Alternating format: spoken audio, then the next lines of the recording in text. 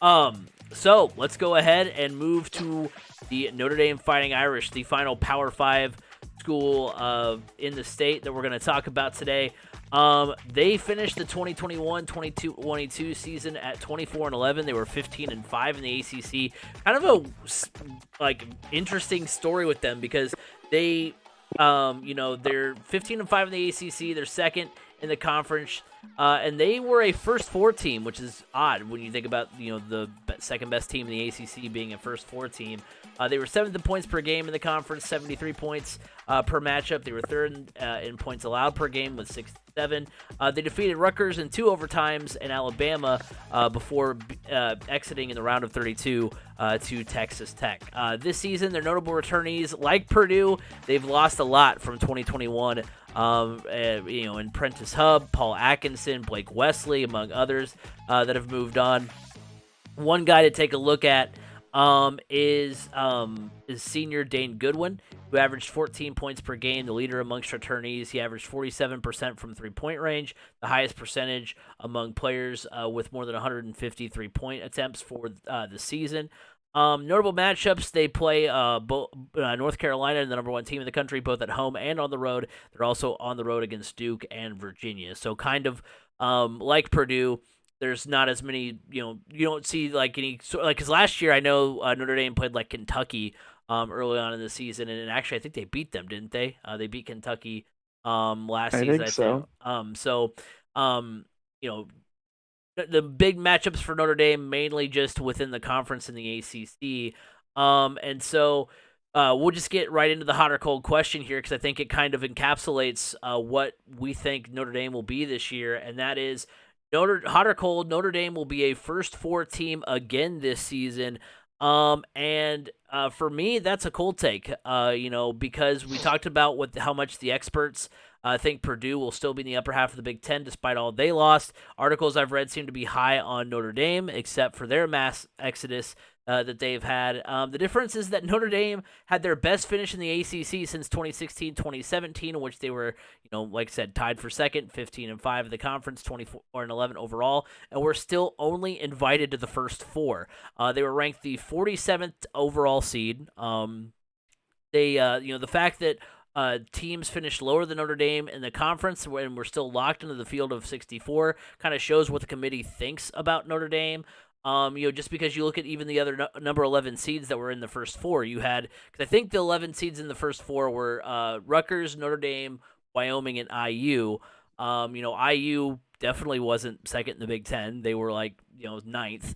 You had Wyoming, who's a mid-major school. You have Rutgers, who definitely wasn't, who also wasn't at the top of the Big Ten, and then you have Notre Dame, who was there at second in the ACC. And I know it was a year where the ACC was the conference that was down on its luck a little bit last year, but still, I mean, the fact that you had, Virginia Tech, which I know they made it all the way to the ACC championship game, it didn't help Notre Dame at all that they lost in the ACC championship or the ACC tournament, like the first game that they played. But still, you would think the team that finished second in the ACC would have got a little bit more respect than I just throw them in the first four as an 11 seed. So the fact that they're there when you have teams, that finish behind them, we all know how good North Carolina ended up being, but still, you have them there. Miami still was locked into the round of 64. So it just kind of shows what the committee does think about the ACC, and this year it's going to be even better. The ACC is going to be good. I know Virginia starts the season ranked. North Carolina obviously has national championship aspirations. We'll see how good Duke is in their first season post Coach K. There's just too much unknown for this Irish roster, and I just don't have as much faith as maybe some of the other people do. I've seen people say hey, they're going to be a tough out, and I've seen people rank them 7th in the ACC. So Notre Dame's just kind of an interesting story because they, it seems like they don't. Even when they're good in the ACC, they still don't get quite the respect that other programs do when they finish at the top of the ACC. Yeah, I can see why they got first four because we are noticing more and more that the committee just does not take into account as much conference tournaments. It's not as heavy for them of a weight as regular season and everything. But I agree with you. This is a cold take. Notre Dame gets in beyond the first four this year. They know that they can compete in the ACC. Yeah, they lost a ton, but look, I'm not as high on Duke in their first year post Coach K. I think they stumble. Virginia was bad last year. They were bad. How are we putting them in the top 20 preseason? I need to see more out of them before I can say, yeah, they're back too. So the door is open there for Notre Dame to solidly step into, I'm not going to say contention for the ACC because that's going to be tough, but to solidly put their footing in as a tournament team for the ACC and not have to, sit on the edge of their seat sweating during the selection show, hoping that they hear their name called for the first four.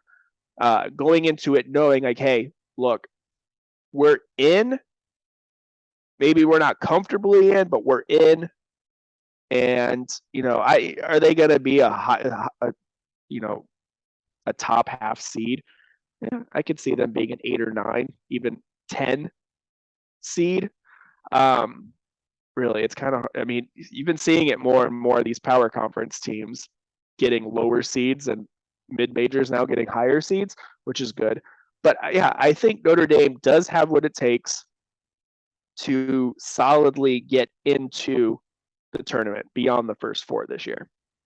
So I think we had cold, but for different reasons. I don't think they're. I don't know that they make the tournament this year.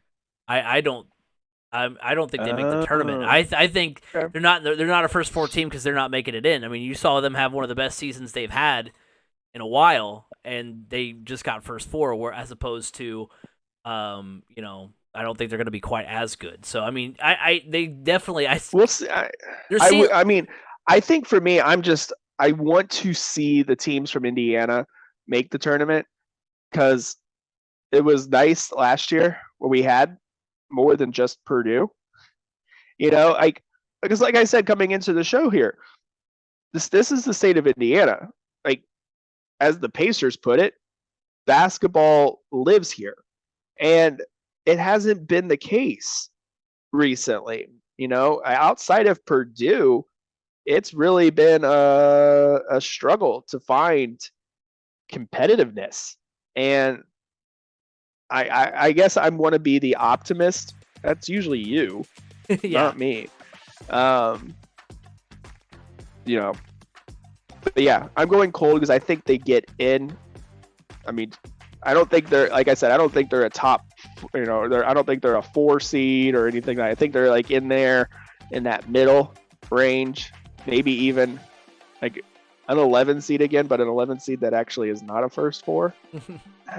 I don't know. I want to believe that they can do it because, like I said, I'm not as high on some of these other ACC teams this year. North Carolina is on a different plane, but I'm not as.